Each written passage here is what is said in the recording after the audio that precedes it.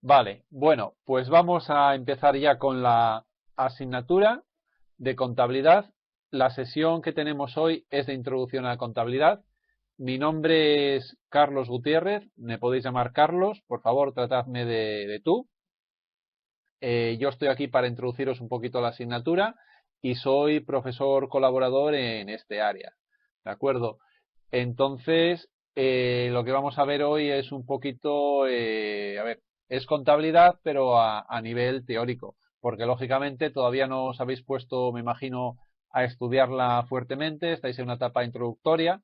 Muchos de vosotros sabréis ya contabilidad, la habréis visto en vuestros estudios pasados, o otras personas tendrán que refrescar un poquito los conceptos y algunas personas pues a lo mejor es la primera vez que se acercan a la materia. Por eso hacemos esta pequeña introducción de la contabilidad. ¿De acuerdo?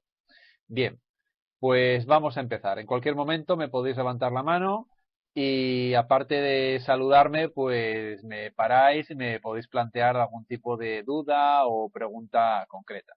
Estaré con vosotros hasta las 9 y luego, bueno, un poquito más si queréis que hagamos algún tipo de debate sobre los asuntos que vamos a tratar. ¿De acuerdo?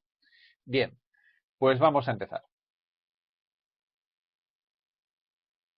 Esto de la contabilidad, en realidad, ¿de qué se trata? Pues la contabilidad es una disciplina, vale, es una disciplina, es un campo de conocimiento científico, de ciencias sociales, bueno, pero vamos a ir ya a temas prácticos. La contabilidad es un mecanismo, es una forma, es un sistema de reconocimiento de hechos contables. Es decir, yo plasmo mediante números, mediante conceptos, qué es lo que ocurre en la realidad. Y vosotros me diréis, bueno, para eso tengo la memoria. Sí, tú tienes la memoria. Pero cuando hay muchos volúmenes contables o hay muchos volúmenes de cosas, las personas en general no nos acordamos. ¿Os acordáis de cuando a lo mejor en épocas pasadas, cuando erais bastante más jóvenes de lo que seguramente sois ahora, muchas personas llevaban un diario o incluso a lo mejor ahora hacéis un diario? Las empresas, lógicamente, el volumen de información que manejan y que tienen es muchísimo más grande. Hay transacciones todos los días, en todo momento. Entonces necesitan de algún tipo de soporte que organice, que gestione, que almacene, que recopile y que distribuya la información. Entonces diremos que la contabilidad es, en primer lugar, un mecanismo, una forma o un sistema de organizar información. ¿Qué es lo que hace? Ya lo he dicho, recopila información, recopila transacciones, recopila hechos, recopila anotaciones, las edita, trata esa información, la organiza y a partir de esa información lo que hace es distribuirla y suministrar esa información a todas las personas, tanto internas como externas de la empresa, con necesidades de información sobre la misma. Porque si vosotros, por ejemplo, queréis invertir vuestro dinero en una empresa, querréis saber si esa empresa es rentable o no rentable. Entonces lo que haréis que será cogeros las cuentas anuales de esa empresa y ver la información. Si fuerais el gerente de una empresa, estaréis interesados en saber si vuestros resultados, por ejemplo, la venta de determinados productos, son positivos o negativos. También demandáis información. Pero bueno, eso lo vamos a ver. La empresa, la contabilidad ya sabemos lo que es, ya sabemos qué es lo que hace, por qué, lo he comentado, conocer el estado de una cuestión, conocer, tener información, generar conocimiento. ¿Para qué? Pues para evaluar para evaluar el desarrollo, por ejemplo, de los resultados de una empresa, para decidir si tengo que invertir en ladrillo o tengo que invertir en comprar empresas de alimentación, para intentar anticipar el futuro. Si yo tengo información histórica, podré intentar anticipar el futuro. No porque una empresa lo haya bien en el pasado significa que lo vaya a hacer bien en el futuro, pero sabemos que si alguien lo hizo mal en el pasado, en el futuro es muy probable que no lo vaya a hacer bien. Entonces, muchas veces cuando se hacen estudios de mercado, se hacen decisiones de inversión y financiación, se tiene siempre en cuenta la información pasada. Por tanto, y sigo diciendo, es un instrumento de apoyo a la toma de decisiones. Y sobre todo, también la contabilidad ya desde un punto de vista, vamos a decir, jurídico, porque la contabilidad la podemos abordar desde diferentes puntos de vista, luego lo veremos, es un modo de prueba frente a terceros. Por ejemplo, una empresa que entra en concurso de acreedores. Pues los gerentes tendrán que llevar ante el juez documentos demostrativos de las gestiones realizadas y cómo eso ha afectado al patrimonio de la empresa. Entonces llevarán los libros contables, ¿de acuerdo?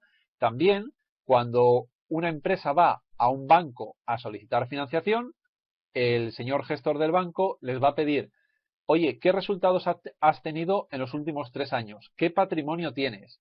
Déjame ver tus transacciones más habituales. ¿Y eso dónde está? En la contabilidad. ¿De acuerdo? Muy bien.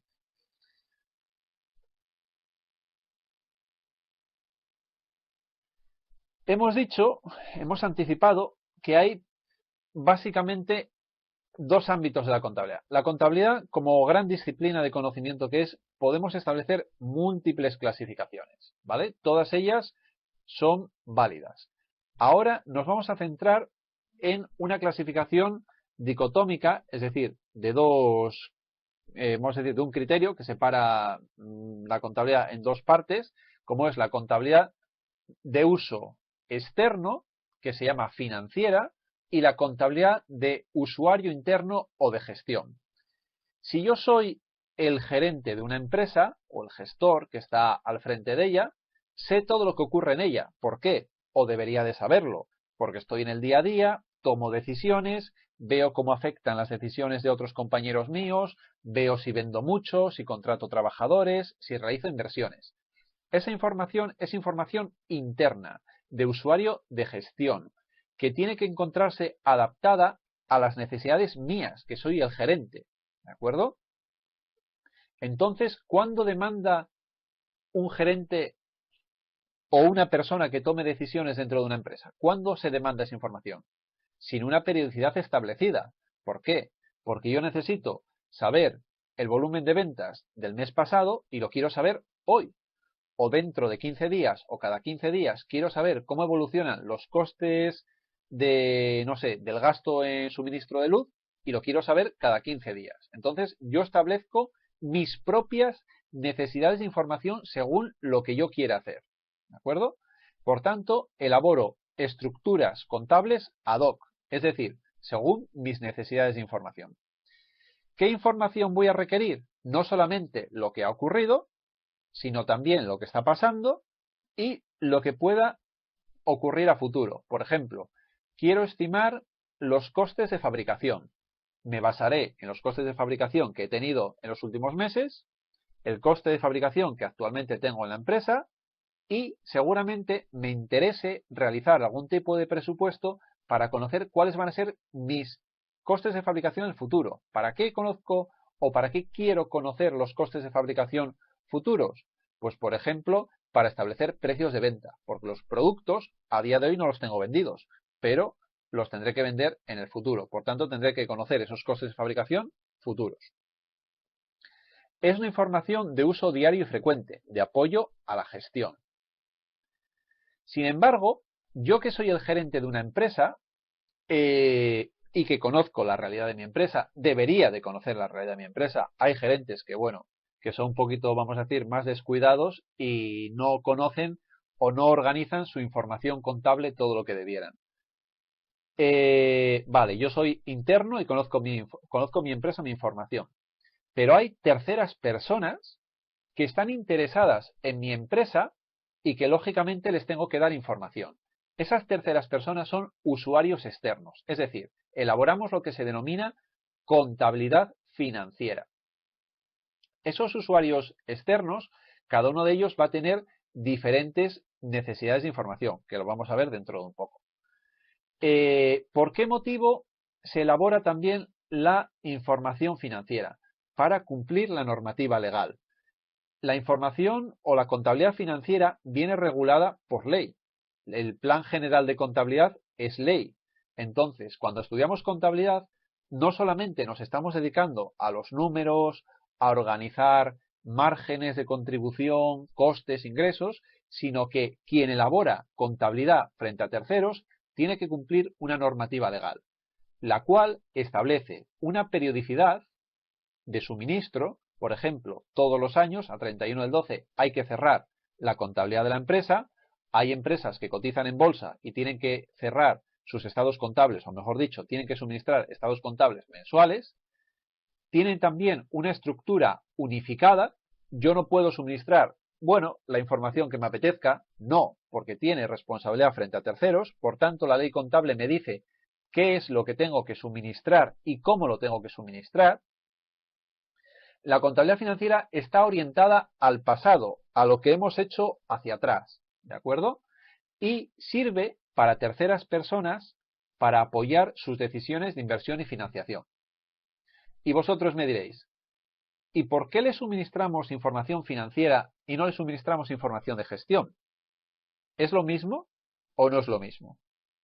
La información de gestión es una información interna, es una información, vamos a decir, con un contenido sensible, en el sentido de que yo, mi empresa, conozco mis costes reales, sé cómo funciona mi empresa, y la información que estoy obligado a dar a terceros es una información, como decíamos, tipificada, con unos conceptos específicos sobre los que hay que informar.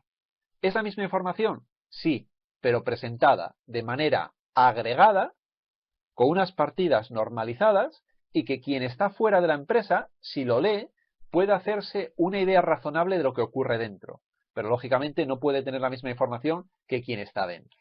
¿De acuerdo? La información es la misma, pero con otro nivel de detalle, vamos a decir, con otro nivel de categorías, ¿vale? Y orientada no a la gestión, porque la información financiera para un gestor que está dentro le vale de muy poco. Quiere información de detalle.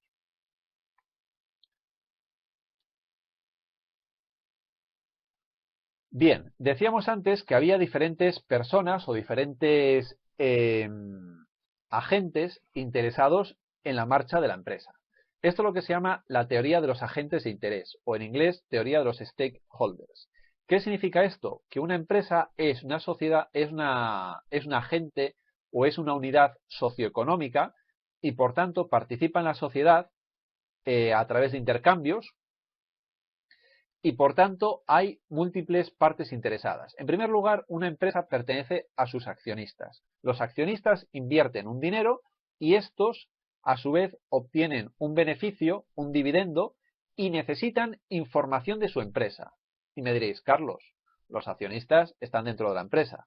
Dependerá de la dimensión de la empresa. En las empresas pequeñitas, en las pymes españolas o en cualquier pyme, los accionistas, aparte de ser propietarios, muchos de ellos gestionan su propia empresa. Son accionistas y gerentes. Es decir, no hay separación entre propiedad y control.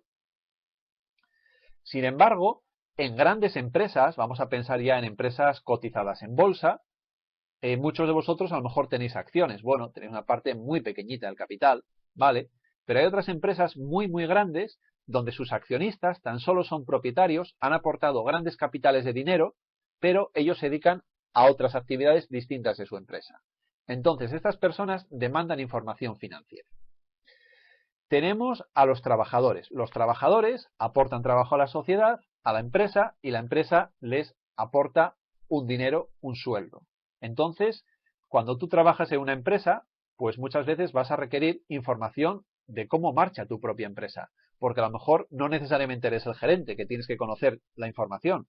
Puede ser cualquier otra persona de un departamento técnico, de un departamento de recursos humanos, de un departamento de producción, etcétera, y querrás conocer cómo va tu empresa. Bien, también están interesados nuestros clientes. Vosotros, cuando acudís a una empresa, decís, bueno, voy a comprar un coche, disculpad, perdón, voy a comprar un coche de esta marca o de esta otra marca. Vale, compráis un coche, pagáis un dinero, pero a lo mejor no compráis un producto de alto valor añadido de una empresa que sabéis que a lo mejor va a quebrar pasado mañana.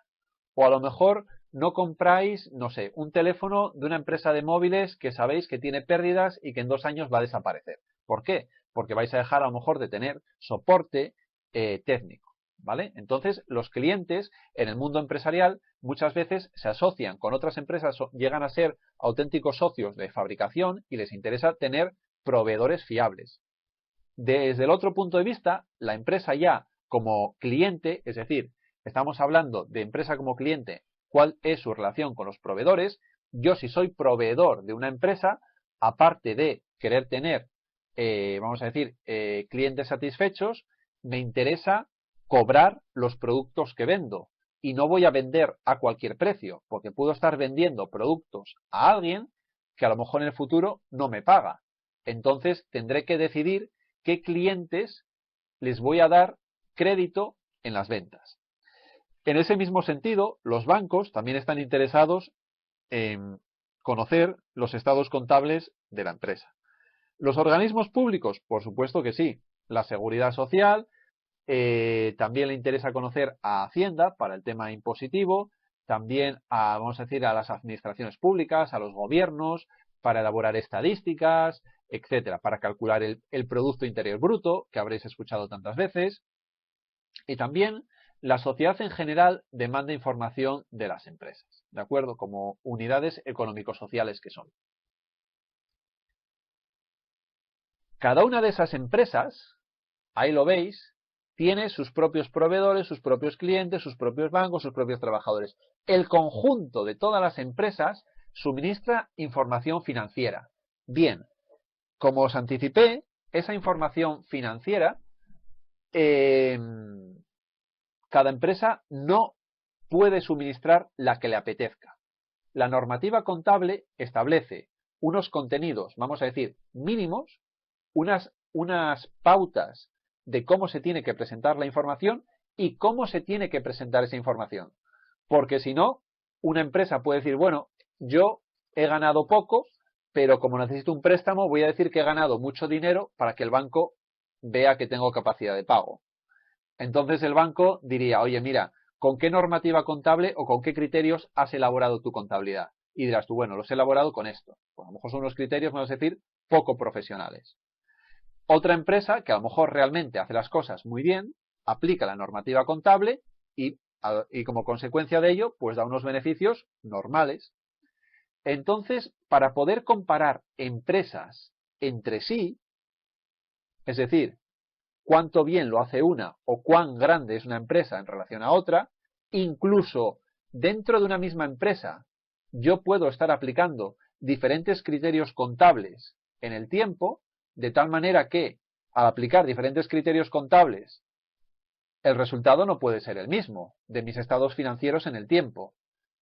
Quiero decir, si yo cambio los criterios de una empresa a otra o dentro de mi misma empresa, a lo largo de los años elaboro contabilidad con diferentes criterios, esos estados contables te vuelves loco para interpretarlos. Y si es que llegas a interpretar y conocerlos. Entonces, todo esto desemboca en la necesidad de normalizar el contenido de la contabilidad, en la necesidad de normalizar la forma de presentación, también la periodicidad, etcétera. ¿De acuerdo?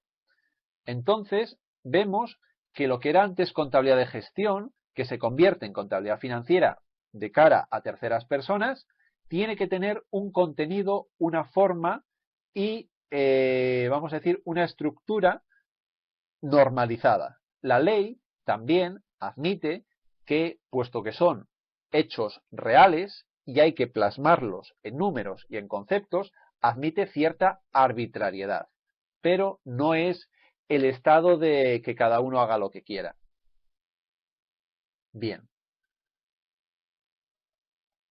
En nuestro país actualmente rige el Plan General Contable que fue aprobado por Real Decreto 1514 de 2007, por el que se aprueba el Plan General de Contabilidad, y también se aprueba mediante Real Decreto 1515 de 2007 el Plan General de Contabilidad de las pequeñas empresas. Porque claro, podemos exigir el mismo nivel de detalle a un gran banco cotizado que a una empresa, vamos a decir, no sé, vamos a decir, una empresa de alimentación pequeñita que factura, no sé, 100.000 euros al año, no puede ser lo mismo, los mismos niveles de exigencia. Entonces hay un plan general contable para las grandes empresas y hay un plan general de contabilidad para las pequeñas empresas. También, a consecuencia de la entrada en la Unión Europea, es necesario armonizar el sistema contable español con el sistema contable europeo. Bueno, aquí sigue habiendo sus pequeñas diferencias de criterios de valoración, pero antes en el pasado había muchas más diferencias y se han emitido la cuarta, la séptima y la octava directivas que afectan sobre todo a grandes empresas que cotizan o que tienen negocios fuera del ámbito de nuestras fronteras. A nivel internacional está el organismo del IASB, ¿de acuerdo? Que es un organismo que se dedica a dar recomendaciones de lo que podríamos decir lo que sería una contabilidad a nivel mundial.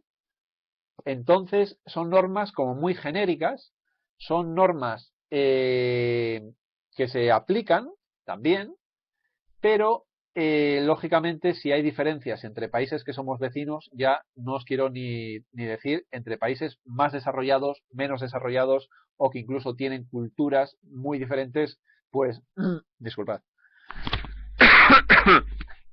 culturas muy diferentes a la nuestra. Y por último, no podemos dejar de nombrar al organismo regulador norteamericano, el FASB, porque siempre han sido mucho más avanzados en el tema contable a nivel internacional.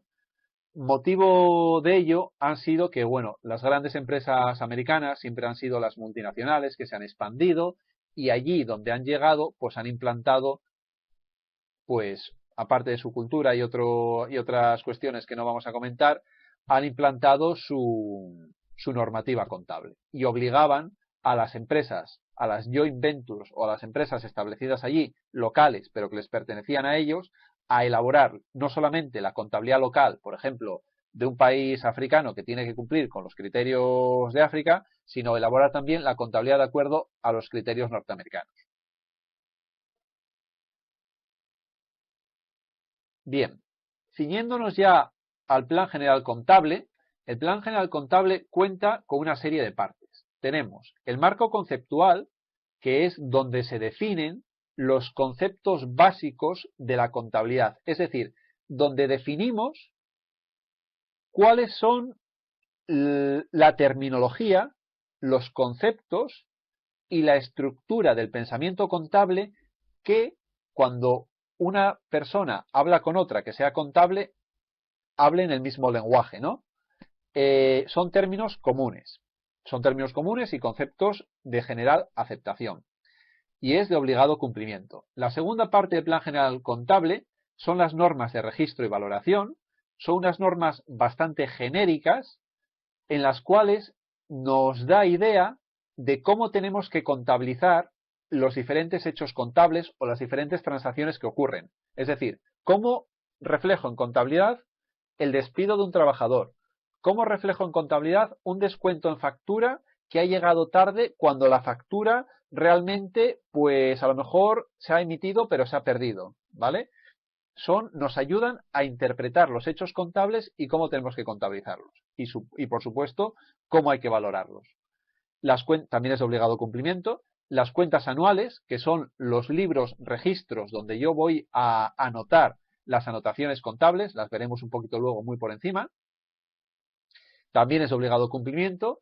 El cuadro de cuentas, que no es de obligado cumplimiento, sí es recomendable. Yo no conozco ninguna empresa que no esté aplicando el cuadro de cuentas del Plan General de Contabilidad, sí que, lógicamente, lo que hacen es adaptarlo. Y, por último, las definiciones y relaciones contables, que también no es de obligado cumplimiento, es potestativo, pero está íntimamente relacionado con el cuadro de cuentas. Digamos que la cuarta y la quinta parte es como si fueran casi una.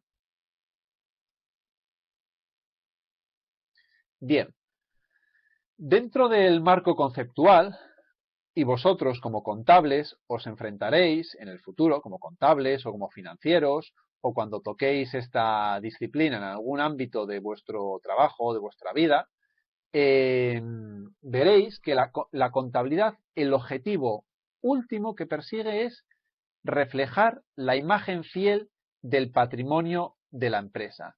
¿Y qué es esto de la imagen fiel del patrimonio de la empresa? Esto significa que yo, si miro a los estados contables de una empresa, tengo que hacerme una idea más o menos general de lo que esa empresa es y de lo que ha ocurrido con ella en el pasado. ¿De acuerdo? Entonces, ¿cuándo conseguimos tener una imagen fiel?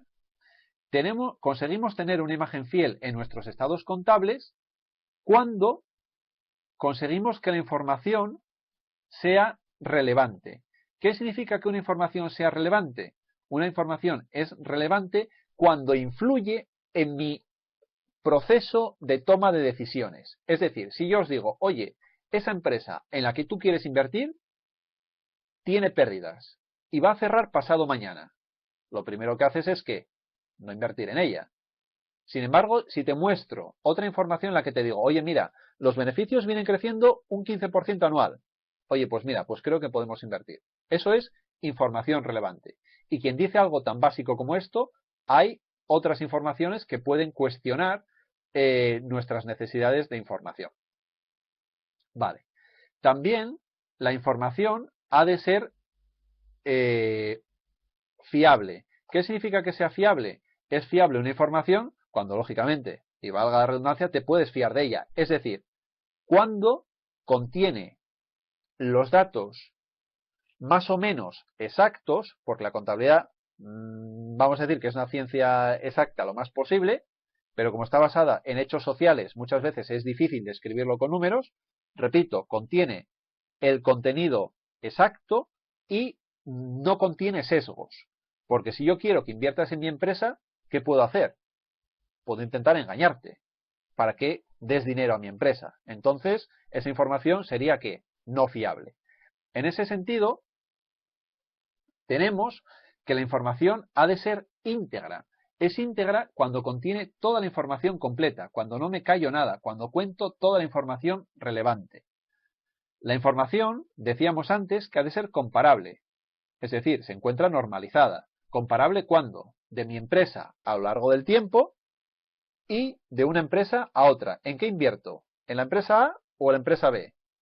Si no las puedo comparar, pues oye, o es como si dices tú, bueno, me voy de viaje, ¿a qué país? No sé, ¿al norte o al sur? ¿Pero qué hay en cada uno de ellos? Ay, no sé. Tiene que haber criterios de comparación. Vale. Y sobre todo tiene que ser información clara que cumpla con los criterios o más bien, con la terminología que contiene el marco conceptual. Si yo al activo lo llamo activo, pues contiene unas determinadas partidas. Si tú al activo dices tú, bueno, yo aparte de contener esta información, ahí meto conceptualmente otra cosa, pues no. ¿Vale? Es como, por así decirlo, quedaros con la tontería pulpo animal de compañía, ¿no? Más o menos. Bien. Dentro del marco conceptual tenemos un apartado que son los principios contables. Los principios contables, para quienes os acercáis por primera vez a ellos, es como la filosofía de razonamiento de cuando tenemos dudas de cómo decidir respecto a contabilizar un determinado hecho de una manera o de otra. Porque aunque os he dicho que hay normas de registro y valoración, esas normas de registro y valoración no pueden contemplar toda la casuística o todos los aspectos que existen en la vida real. ¿De acuerdo? Entonces, los principios contables es como la filosofía que está dentro de la contabilidad. ¿Para qué? Para perseguir la imagen fiel. Entonces, dentro de estos principios contables, os los cuento muy rápidamente, tenemos el principio de empresa en funcionamiento. Yo considero que cuando elaboro la contabilidad, lo elaboro considerando que la empresa va a vivir durante mucho tiempo y que no va a quebrar pasado mañana. ¿Por qué? Porque si yo elaboro la contabilidad pensando que la empresa va a cerrar dentro de un año, seguramente refleje determinados gastos que son inversiones, los refleje como gasto y podría estar desvirtuando la empresa. Entonces siempre vamos a pensar que la empresa tiene una vida útil indefinida. El principio del devengo lo que establece, y esto es algo que os puede chocar a muchas personas, que los efectos de las transacciones que tengo que contabilizar se reflejan en contabilidad cuando se producen, no cuando se pagan ni cuando se cobran.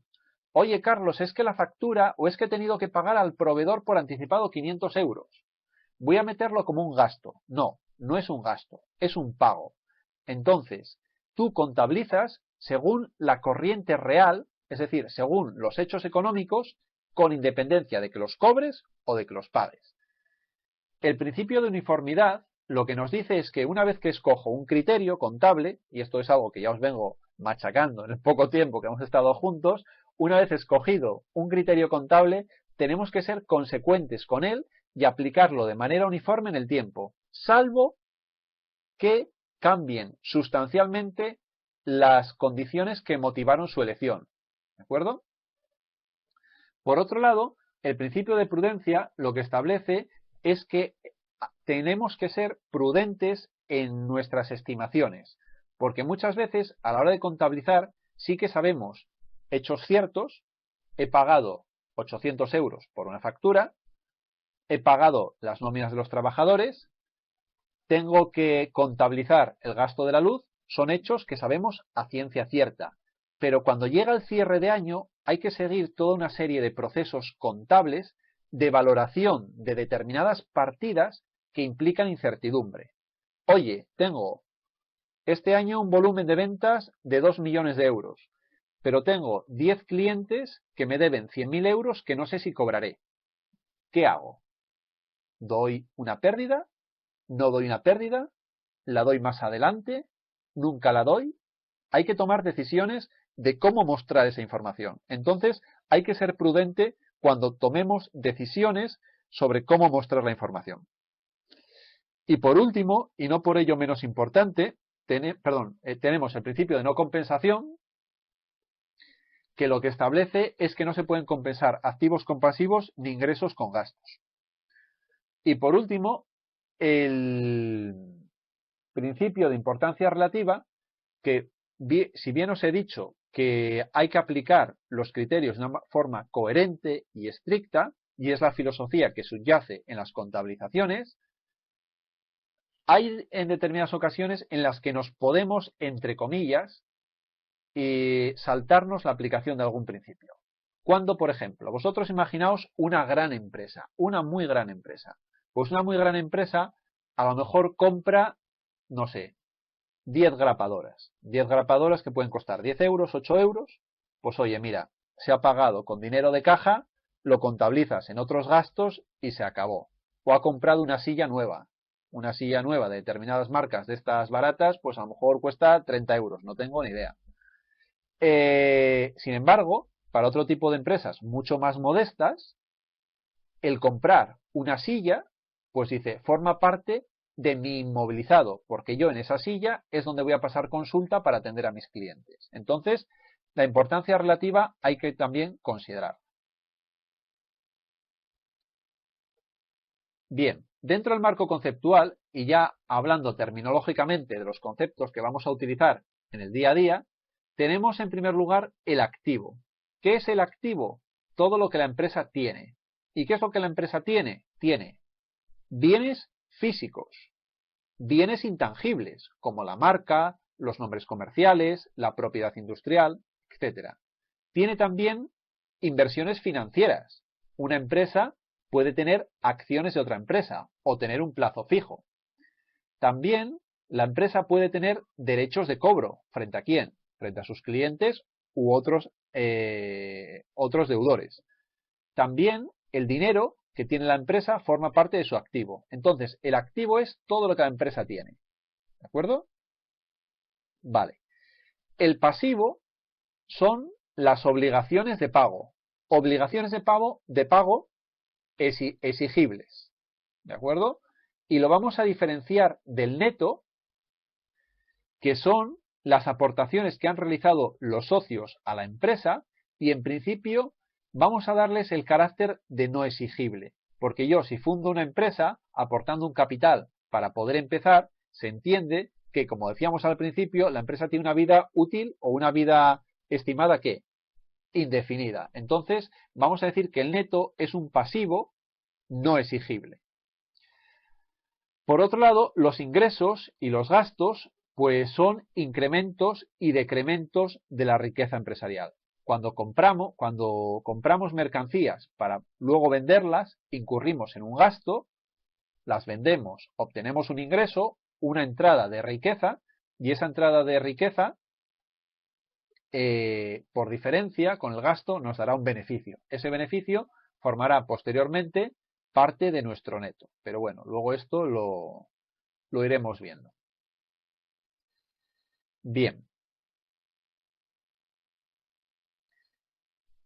Como consecuencia, dentro del marco conceptual, hemos visto activos, pasivos, neto, ingreso y gasto.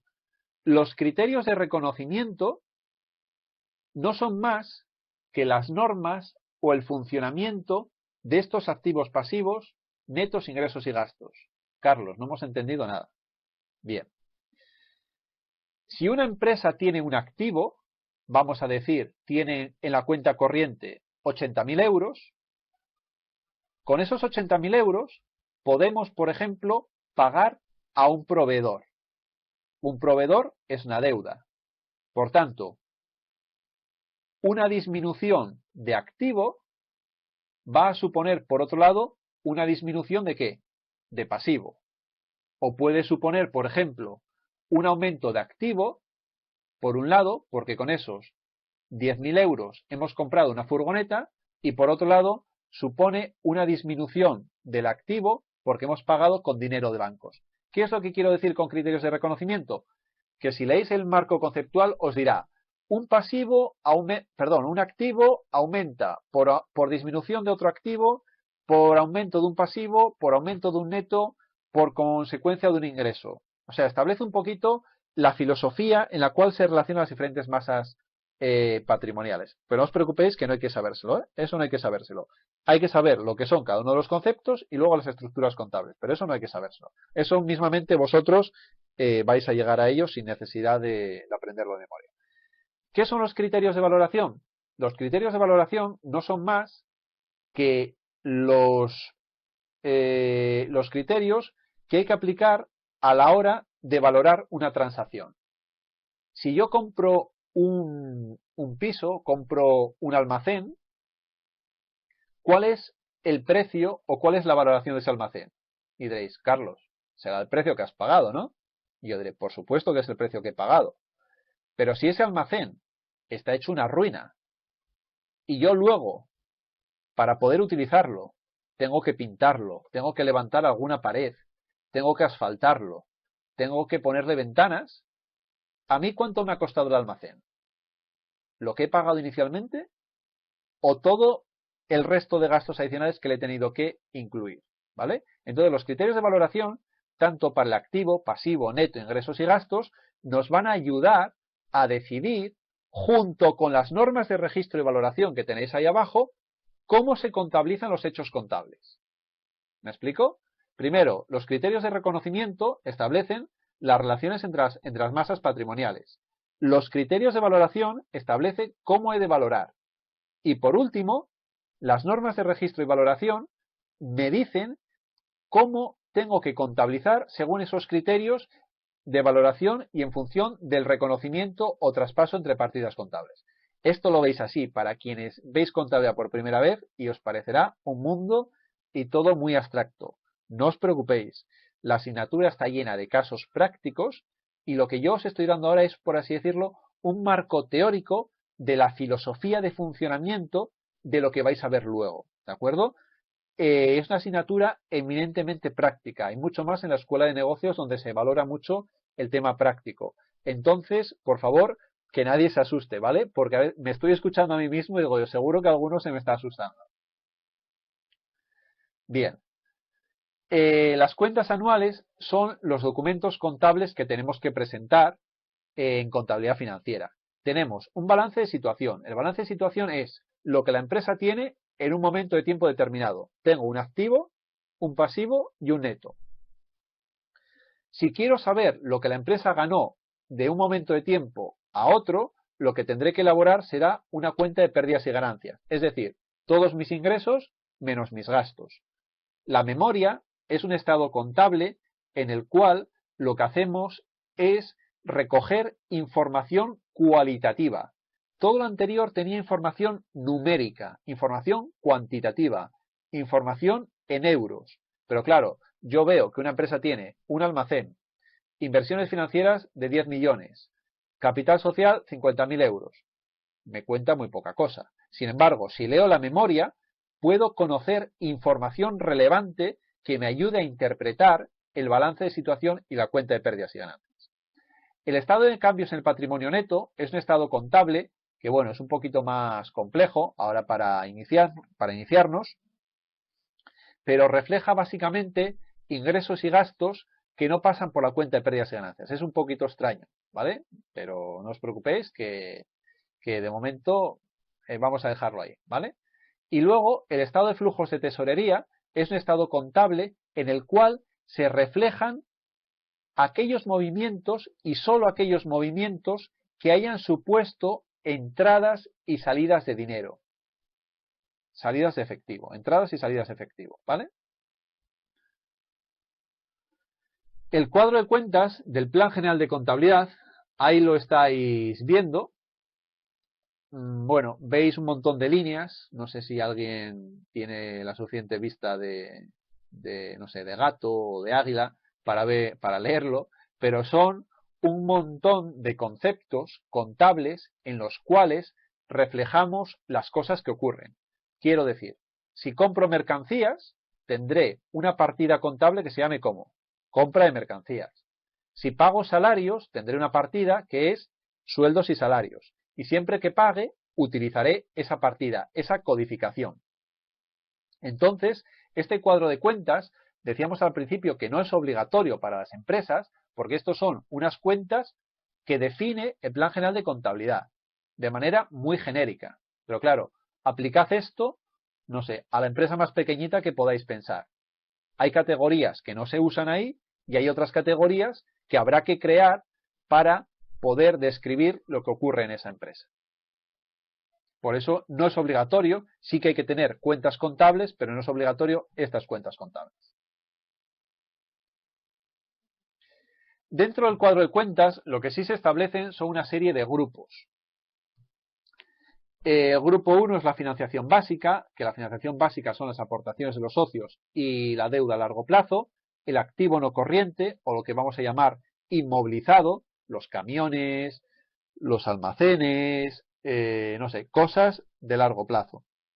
Las existencias, todos sabemos lo que son, los acreedores y deudores, clientes y proveedores y otros similares, cuentas financieras, bancos, tesorería, caja, ya veremos.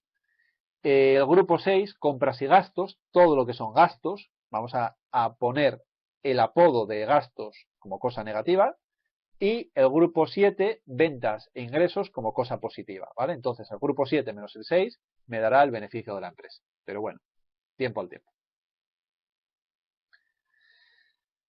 En contabilidad se maneja siempre la ecuación fundamental del patrimonio.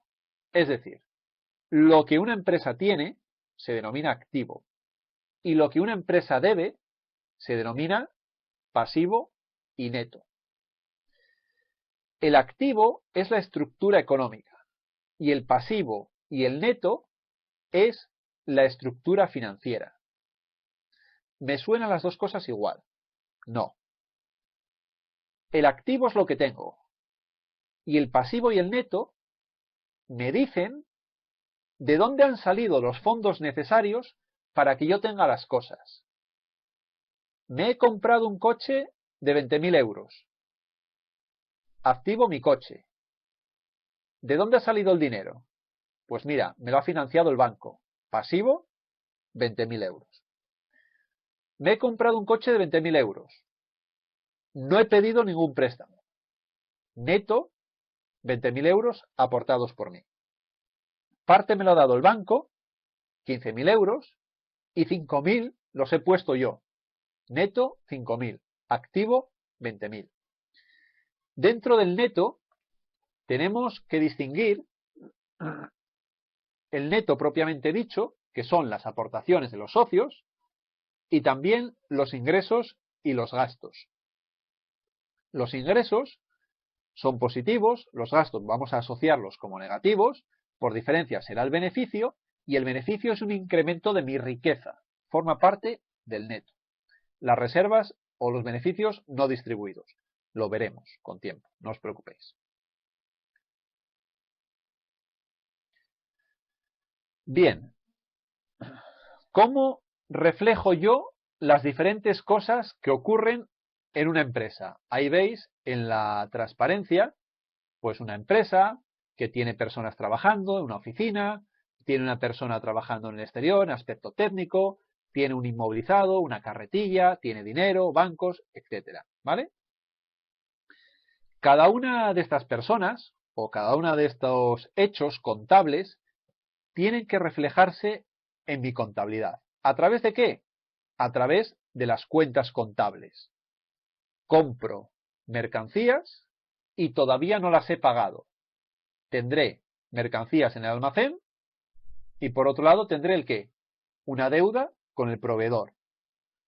¿Cómo se refleja eso? A través de unas anotaciones que se denominan asientos contables. Por tanto, un asiento contable es lo que a lo mejor algunos conocéis como apunte. Un apunte en contabilidad es un asiento contable. Yo cojo la contabilidad de una empresa, voy leyendo cada una de las transacciones y en función de lo que ponga el asiento contable, una persona tendría que saber lo que ha ocurrido. Has pagado la seguridad social. Un cliente que no te debía dinero, que no te iba a pagar, resulta que te paga. Has vendido acciones en bolsa y has perdido 5.000 euros. Los asientos contables reflejan cada una de las transacciones que ocurren. Ojo, puede haber transacciones contables que requieran de más de un asiento contable. ¿De acuerdo? Eso es importante. ¿Cómo es el proceso de contabilización? El conjunto de asientos contables se reflejan en el libro diario, lo hemos dicho al principio, en mi libro diario voy contando las cosas que en el día a día me pasan. Ese libro o esos asientos contables utilizan cuentas contables para decir he gastado, he comprado, he pagado, etcétera, que tienen ahí, como veis, una estructura de debe y haber, y el conjunto de esas cuentas contables elaboramos el libro mayor, que tiene que haber una correspondencia exacta con los movimientos habidos en el libro diario. ¿De acuerdo? Bien, esto cuando se hagan ejercicios vais a saber perfectamente de lo que estamos hablando. ¿Cómo funcionan las cuentas contables? Las cuentas de balance son las cuentas de activo, pasivo y neto. Una cuenta contable tiene dos partes. Se refleja por forma de T. La parte de la izquierda, con independencia del tipo de cuenta que estemos hablando, ahí lo veis, se denomina debe. Y la parte derecha se denomina haber. Por favor, debe es la parte izquierda y el haber la parte derecha. No significa que deba, que haya, que debamos, que tenga que haber. Mano izquierda, mano derecha. Una se puede llamar alfa y otra se llama omega. Simplemente son denominaciones. Para cuando decimos, oye, el debe, tienes que hacer un apunte contable en el debe. Ya todos tenemos la mente que tiene que ir al lado izquierdo. No significa que debas dinero o que debas cosas o que te deban cosas a ti. Simplemente es una denominación, vamos a llamar lingüística. Es como en un barco, babor y estribor, debe y haber, simplemente, con independencia del tipo de cuenta que sea. Vale, pues como veis, las cuentas de balance nacen por el debe y disminuyen por el haber. Las cuentas de balance de activo. Las cuentas de pasivo, justo al revés que las de activo, y las de neto, igual que las de pasivo. Jo, Carlos, vaya lío. No. Acordaos de la ecuación fundamental del patrimonio. Activo igual a pasivo más neto. Por tanto, las de pasivo y neto funcionan igual. Por otro lado, tenemos cuentas de pérdidas y ganancias, cuentas de ingresos y de gastos. Ahí veis el funcionamiento. Aquí, si los gastos nacen por el debe, mueren por el haber, los ingresos, ¿qué van a hacer? Funcionar justamente al revés.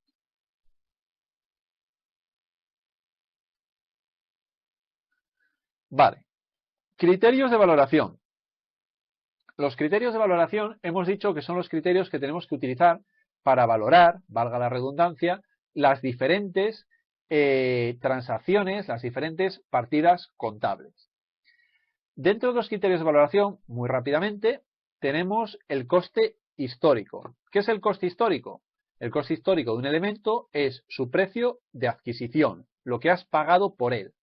O también podría ser el coste de fabricación, porque una empresa puede comprar un almacén o si tiene un terreno, puede que fabricarlo para él mismo.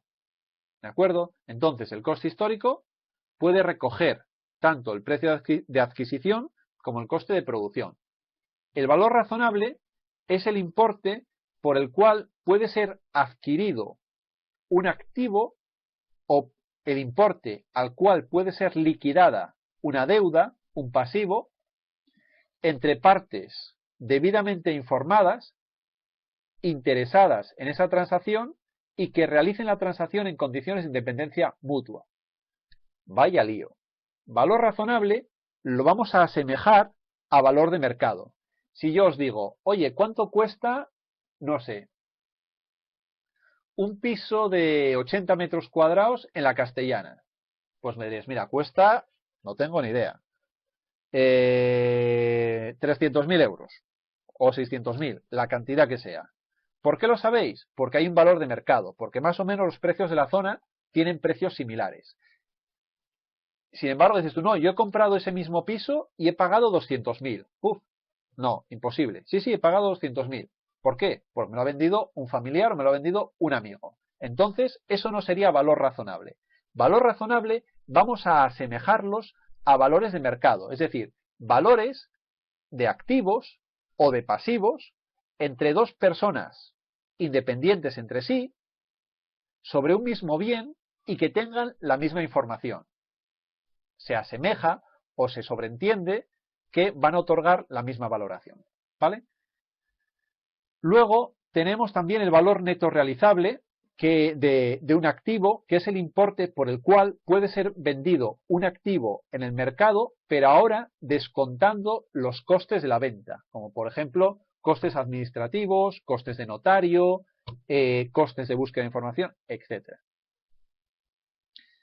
El valor actual de un elemento, de un activo o de un pasivo, es el valor a día de hoy de los flujos de caja futuros que puede generar, que hay que pagar o que te van a pagar por ese elemento. Es decir, si vosotros tenéis un piso o un almacén y lo alquiláis, os va a proporcionar una renta de aquí a 15 años.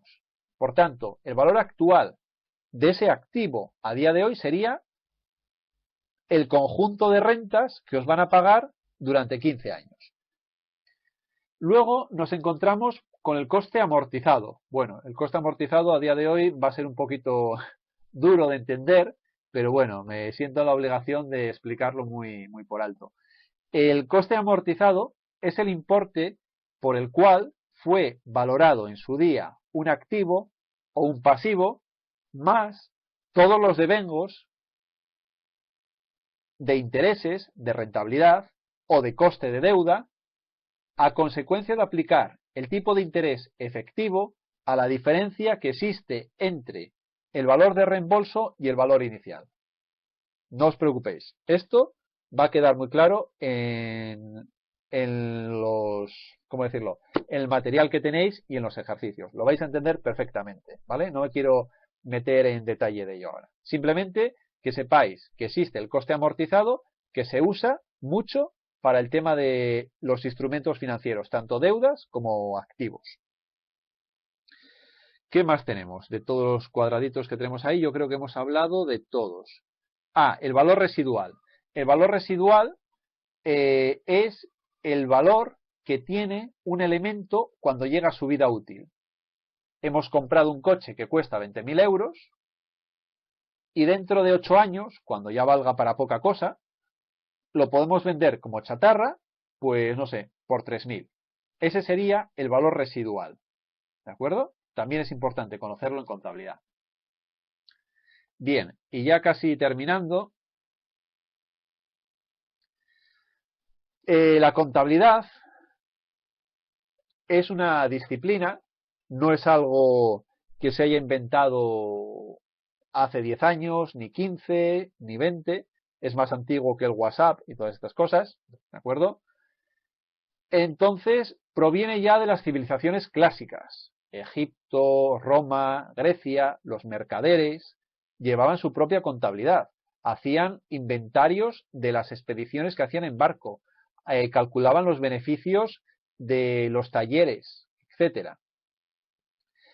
Pero cuando la contabilidad experimentó un gran auge o experimentó, vamos a decir, no su nacimiento, sino, digamos, no sé, su juventud o su desarrollo adolescente, donde pegó un gran salto, aunque no me gusta estos términos que estoy hablando, disculpadme, fue en el siglo XV cuando un fraile italiano, Fray Luca Pacioli, publicó el conjunto de prácticas que se venían realizando hasta entonces. Hay quien dice que el método de la partida doble, que os hartaréis de escucharlo, lo inventó él. Hay quien dice que él únicamente aglutinó la contabilidad existente y se dedicó a sacar lo mejor de cada conocimiento que tenía. Esto ya es difícil de comprobar. Ya en tiempos más cercanos, en la revolución industrial, como os podéis imaginar, con el, no sé, con el surgir de los negocios, con el surgir de las empresas, de las sociedades anónimas, la contabilidad jugaba un papel muy importante en el desarrollo económico y ya en la época moderna la contabilidad, pues bueno, empiezan a surgir organismos reguladores a nivel nacional, bueno, a nivel nacional ya en la revolución industrial ya existían, pero en la época moderna mucho más y mucho más con el auge del comercio internacional, surgen los organismos reguladores internacionales, surgen instrumentos contables más precisos, surgen incluso los ordenadores que permiten la contabilidad, etcétera. Y a día de hoy, el legado contable está traspasado a vosotros. Vosotros tenéis la gran responsabilidad de aplicar con la mejor exactitud que se pueda, con la mayor rigurosidad en beneficio de la imagen fiel y por vuestra propia profesionalidad de la contabilidad que los señores antiguos griegos, romanos y egipcios hicieron en su día.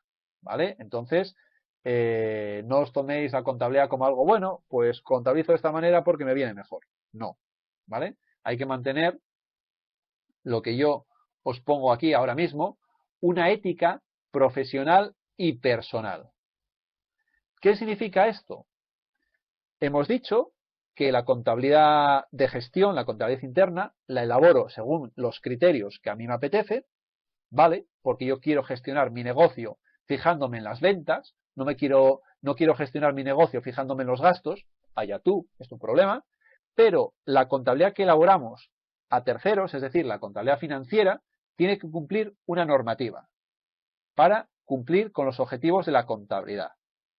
Pero esa contabilidad, decíamos también que había unos criterios de reconocimiento, unos criterios de valoración y unas normas de registro. Y que muchas veces, lógicamente, no contempla toda la casuística.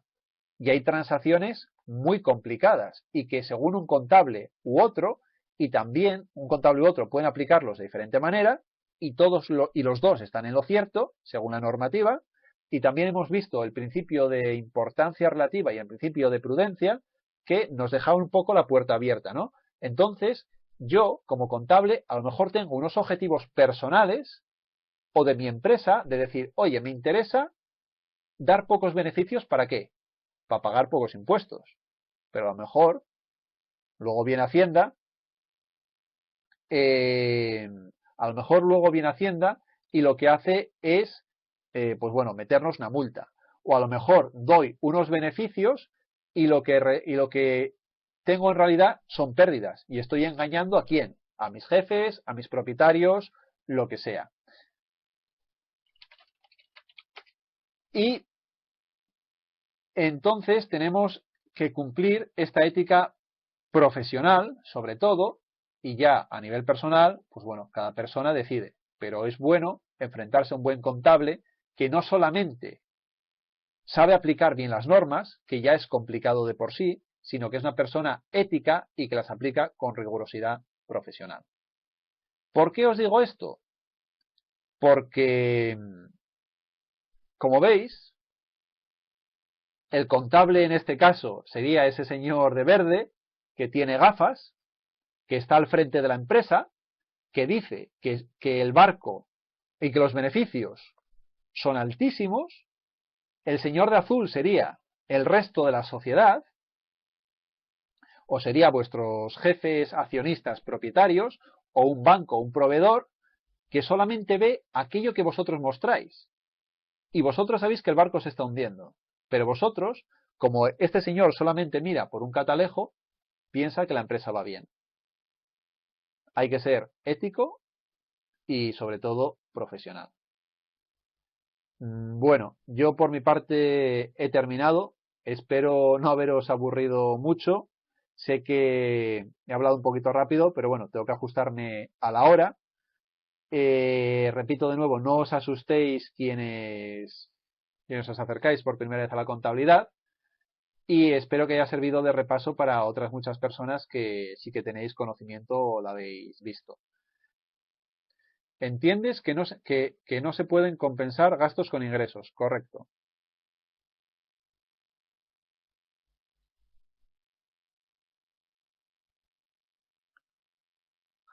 Pero si tengo un cliente que a la vez es proveedor. Ajá. Ya sé lo que me quieres preguntar. No. La pregunta que hace María del Carmen es muy interesante porque si vosotros, por ejemplo, tenéis un ingreso y un gasto, es mejor decir, imaginaos que el ingreso es igual al gasto.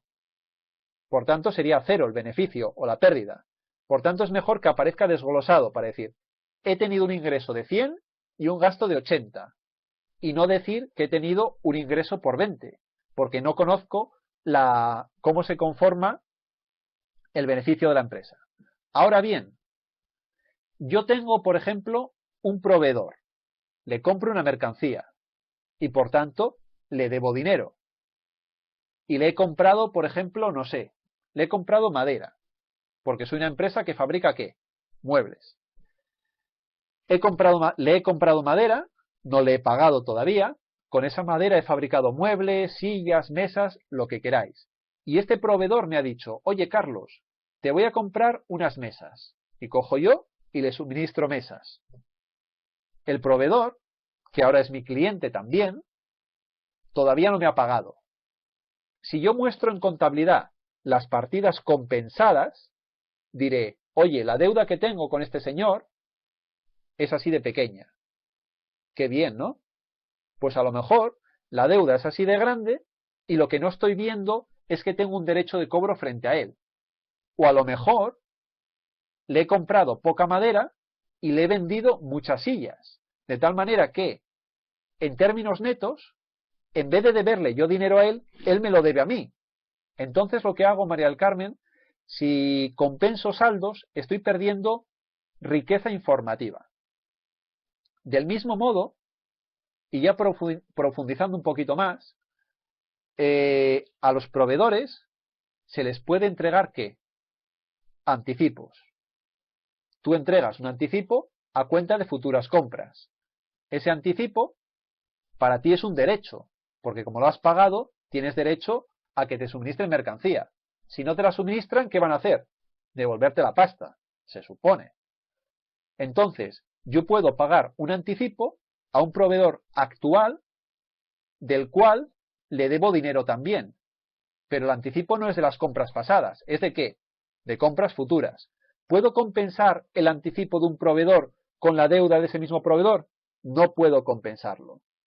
A ver, si la empresa la liquido a día de hoy, diré, oye, te debo tanto, te he pagado tanto, entonces sí. Pero de cara a contabilidad, tengo que contabilizar cada cosa en su sitio.